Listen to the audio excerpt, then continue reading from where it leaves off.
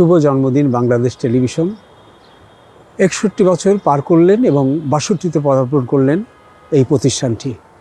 এই প্রতিষ্ঠানটি বাংলাদেশের শিল্পী এবং কলাকুশলী তৈরি করেছেন। যারা শিল্প চর্চা করেন তাদেরকে এই প্রতিষ্ঠানটি তারকা বানিয়েছেন, খ্যাতির শীর্ষে নিয়ে গেছেন।